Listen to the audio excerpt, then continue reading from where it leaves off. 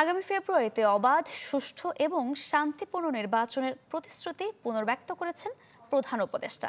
New ইয়র্কে পৌঁছে যুক্তরাষ্ট্রের দক্ষিণ ও মধ্য এশিয়া বিষয়ক মার্কিন বিশেষ দূত এবং ভারতে মনোনীত মার্কিন রাষ্ট্রদূত সার্জিও গোরের সাথে বৈঠকে প্রধান উপদেষ্টা বলেন, নির্বাচনের জন্য দেশ পুরোপুরি প্রস্তুত।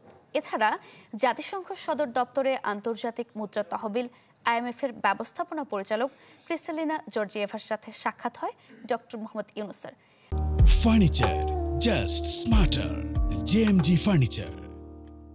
পরে সামাজিক ব্যবসা ও প্রযুক্তি নিয়ে একটি সাইডলাইন ইভেন্টে প্রধান উপদেষ্টা আহ্বান জানান, সামাজিক ব্যবসার শক্তি, তরুণদের উদ্যম এবং প্রযুক্তির সম্ভাবনাকে কাজে লাগানোর। বলেন, এর মাধ্যমে জটিল বৈশ্বিক সংকটগুলো সমাধান সম্ভব। এদিকে নিউ ইয়র্কে বন্দুকধারীর গুলিতে প্রাণ হারানো বাংলাদেশি বংশোদ্ভূত পুলিশ সদস্য দিদারুলের পরিবারের সদস্যদের সঙ্গে দেখা করেছেন প্রধান উপদেষ্টা।